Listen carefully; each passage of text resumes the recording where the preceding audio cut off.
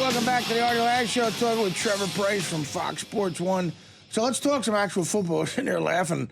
The Giants, I'm a Giant fan. I mean, are they?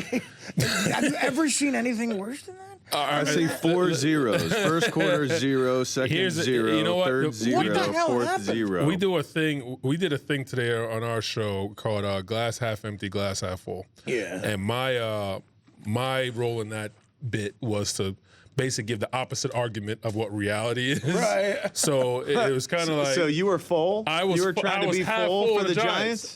But I have an actual reason for this. See, to me, it would be glasses half full, but what's in it tastes like crap and will kill you. Right, but here's the reason for this. And I think the NFC East is so bad. Yeah, the Redskins look awful too. Listen, they're all so bad that the winner of that division, you got to pick one of them has to go to the playoffs. I guess so, is going to have a 7-9 record, and the Giants are already halfway. Well, no, you're right. there. 8-8 at least. Seriously, maybe, I think, seriously, the winner of that division. And then when you get to the playoffs, who knows? Especially with Eli. Who but knows? really, they looked. They do look bad, but Man. guess what? They are 2 games out of first place. I know. How about that? How about You're see? right. That's glass half that's full, right? hilarious. Glass half full, right? That's definitely it. I mean, if you're going to make a half full If you're argument, gonna make a half full argument, that if you were playing now, if they were in the NFC West with Seattle and San Francisco, it'd be time to pack up the cars for Christmas. For that matter, the Rams look good too in that Right. NFC West.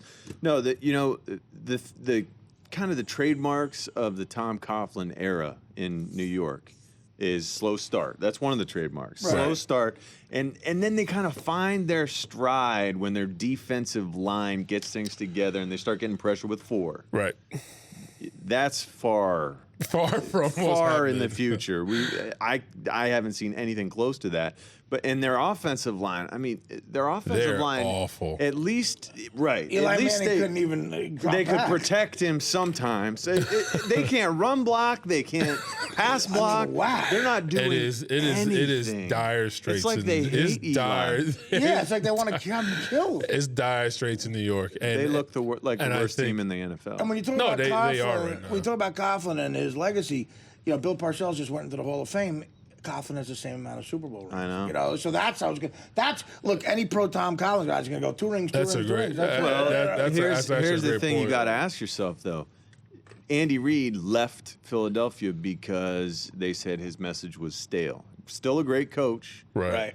but his message was kind of falling on deaf ears, and the team wasn't responding. Now, Tom Coughlin, how long's he been in New York? I mean, he came there 10 from years. Jacksonville 10 when years. Jacksonville was 10 the 10 years. Eli's year, first year, 2005. 05. something like that. Yeah. Yeah. 04. Yeah. 2014. Next year it'll be 10 years. Is he the oldest coach in the NFL? He's Oldest head 67. coach? I think Right. he's the oldest head coach. And look, if he was He's 50, been there for if a he, while. If he was 55 and the Giants fired him, he'd get a job in 40 But everyone's Absolutely, giving him a but- pass right now No, because he's but won you 2 Super Bowls. but you have to because Super Bowl winning coaches don't grow on trees. Yeah. Do you not think if Tom Coughlin was fired from the Giants, the Raiders wouldn't fire their coach right now and hire him? Maybe Absolutely. right now. The only Dennis Allen's doing a good job. The I don't only thing care. against him is 67. That's the only negative against Yeah, Tom but Coughlin. that's not enough because he's a disciplinarian. And He knows tough football, and you know what you're going to get out of him. You're not going to get the Chip Kelly craziness. You're not going to get pistol and all this nonsense. We're going to play old school. See, I We're going wonder. to play football. He's a Marine, the guy. I wonder how much of that disciplinary. You always heard stories about Tom Coughlin. When he was in Jacksonville, you heard stories all the time. Guys coming out to practice with their sock slightly sagging, and you get fined at practice. So you heard the stories about Coughlin. But how much of that do you think is legitimate nowadays? Because those guys have seen him go the whole, run the whole gamut of niceness. But we talked about this with your favorite person, Jason Gay, and the thing about Coughlin is he's changed because of his grandkids. Oh, He really? now has grandkids. He's more soft. The right guard is his son-in-law. Yeah. His right guard, and the right guard's son is his grandson. Yeah. You know what I mean? kidding. So yes, Chris Snee is his son-in-law. Right. Married his daughter. And Chris Snee looks But horrendous. horrendous. Chris Snee needs to be on the bench. You know what I mean? Yeah. But you can't put family on the bench. You know That's what I mean? brutal. So it's a hard. Does that it's a hard undermine business. his authority too? I mean, That's a I think there's a difficult lot of things at play. Very here. difficult. You should have drafted him. That's The other bad. thing, Coffin's he just buried his brother today or tomorrow. His brother died. Yep. Right. So that's well, I think that sure. should have something to do with it. But the guys, Coughlin doesn't play on Sunday. He coaches, yes. So if for instance, the three of us decided, if New England said, hey, look, you three are going to coach the Patriots. Guess what we have? We have Tom Brady. Yeah. Right. Figure it out. Tom, just do your thing. Tom, Go whatever do you want guys to do, you go do that. So at the end of the day, players play. You know what I mean? And coaches coach. Of course, so at some point, I think the Tom Coughlin thing is going to be one of those things that plays out over the course of a season. And we're going to see which way it actually goes. Because the Giants will get back on track. Well, but you're wearing the Orioles hat. It reminds you of what you just said with players playing Earl Weaver. They said to Earl Weaver, what's the smartest thing he ever did as a manager? And he said, ordering someone to hit a 3-run homer.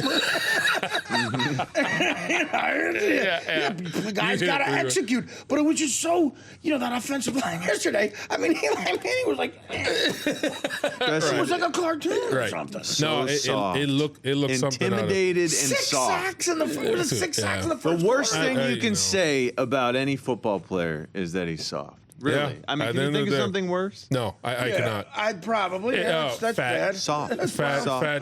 But soft hurts more, man. Soft is the worst. Soft is the worst. Right. And they were the softest team I've ever seen play in the NFL. Right, and Coughlin they will fix that. But that has also been their modus operandi for a long time. The Giants always start bad. Well, what about RG3? Is something wrong with RG3? Is he injured? Or all right, what do you do with that situation? Let me talk to you about this, Artie. Right. I live in that part of the country. Yeah. Right? I live between D.C. and Baltimore in a place called Howard County, where there's lots of mixtures of races and lots of mixtures of Ravens and Washington, D.C. fans, right? Yeah. The closer you get to D.C., you wind up in the D.C. fan base. Now, let me tell you something. I don't care if RG3 goes out there and throws 800 interceptions in a game. You put him on the bench, there's going to be a seismic shift in that city. There's going to be trouble. Yeah. And Dan Snyder is one of a handful of owners who lets the fans pick his team. He does. Historically, he lets the fans tell him what he wants, because guess what? The fans are the ones buying the tickets to the stadium that he owns. And that's the reason he does it, because he's one of the only owners who owns his stadium outright. Yeah, that's a good point. He's always been a fan owner. He's been a fan owner first. So if somehow Mike Shanahan, who I played for, decides that RG3 is not getting the job done and puts in Kirk Cousins, there will be a rebellion. There's trouble? It will be... Trouble in Capital City? Oh, my God. It will be the Redcoats are coming, and Dan Snyder, listening to the fans, will run Shanahan out of town. You got to figure out how to get better with RG3. Well, here's the problem. He's an amazing player, but... How many yards have they given up in their first 3 games? 1,600 yards? That's a bad I think defense. It's 1,600 yards. They are the worst defense in the NFL. Yeah. Therein lies the problem. So RG3 has nothing to do with that, obviously. No, he has something to play do better. He can play better. Listen, the best offense is a great defense. Yeah. You know what I mean? And right now, if your defense is out there for 15 plays because you went 3 and out, that's the name they're giving him, RG3 and out, which is pretty brutal. You didn't see that one coming when the nickname. That fits too perfect. That fits too perfect. RG3 and out. That is so bad. Terrible. That's too smooth. I want to take another quick break, and we'll finish out the rest of the hour with Trevor Pryce on the Artie Lange Show. Welcome back to the last few minutes, hour number 2 here. Trevor Pryce, Alden Smith. He played on Sunday. Should he have played? No, he shouldn't have. Because I was listening to sports radio, and a guy that I was listening to, I forgot his name, made such a great point that if this was one of Harbaugh's family members had gotten hurt in this, he wouldn't have played. Yeah. So treat the rest of us how you want your family treated. It's that simple. The kid has a problem. Get it fixed. He'll come back. The playoff Super Bowl is not till February. Right. Get the kid better. We'll be fine. Yeah. It makes me wonder, though, how much do you think he believes he has a problem? If he wouldn't have been caught, would he believe he has a problem? Well, that's 95%. I can speak as an addict myself. And you don't get caught, everything's fine. I like what I like what Tony Dungy said. He said Jim Harbaugh could have sent a stronger message by not playing. Oh, definitely. Well, Harbaugh. That's a great I think Harbaugh. The Jim Harbaugh, man, he is so about football, man. Yeah, he could care less. He's got a nut loose, man. That guy. When he was in Oakland, he was the quarterback coach, but we didn't even need a quarterback coach because we had Rich Gannon, who was his own coach. Right. So basically, he would just break down film, and he would sleep on a cot in the film room. So and it was like every morning you come in, you'd ask him. It was a funny thing if you asked Jim how many hours he slept, because it was minutes. And he would just be pounding the coffee and all business. Yeah, he is really. So I mean, I guess it works. Minutes per night. Because it meant so much to him. He was so intense. Before we go, I got to ask this. 2 0-3 teams are going to play in London now. I mean, is this the last thing you want to do if you're 0-3? How much fly money? Across the What country? money does the NFL need? Artie, let me give my definitive statement of the day. Okay. Yeah. There is going to be a team in London. It will be the Jacksonville Jaguars. I can't believe that. And it will be 5 years from now. It'll be within the 5 years. Well, God, the Jacksonville Jaguars, if they're not moving to LA, they are moving to the UK. Well, I guess basketball and baseball with that road schedule, you couldn't do it. But I guess football, 1 a week. You can. It can be done. No one cares about football there. Remember, You'd be surprised if it's one team. NFL Europe, though? Yes. Every team, by the end of it, was in Germany. Every team. Right. Every team. You had one in Amsterdam. You had one in Amsterdam, but in Germany, everyone liked football. Of the germs. Yeah. And my thing is, no one cared anywhere else. You'd be surprised. One game a year. If there's one team in London, they will care. One team. No, if there's 2 teams, they can support they may one have a team. problem. They can support one team. Yeah, well, I mean, would you guys as players want to play in London? I would have. I would think it would be cool. I think it'd be cool. I've never been to London. You don't think the novelty? I've never been there. I was there. I went to Wimbledon this year. I've been a few awesome. times. I've been a few times for work. It's amazing. I would love it. Yeah.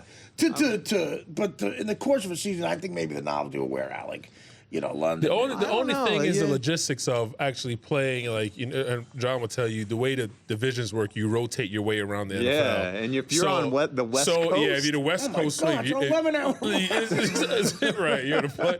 Like, you have to go on like Monday. Right, Yeah. you know what I mean? Brutal. It's brutal. That's the logistics of it. They would have to travel like a baseball team and get all the road games out in 1 week, in one trip. We're going to America for a month. You know what I mean? Then what if you make the playoffs? It's almost like, okay, you go back to London and then it's really, passports, customs. It's just a pain in the ass. It's just the logistics. That's it. I'm telling you. If they can do one, they can do 2. So you're saying that's inside information we have officially from you. The Jacksonville Jaguars are going to move to London in 5 years. Because their owner owns an English Premier Soccer team. Shahid Khan owns a Premier Soccer team in London.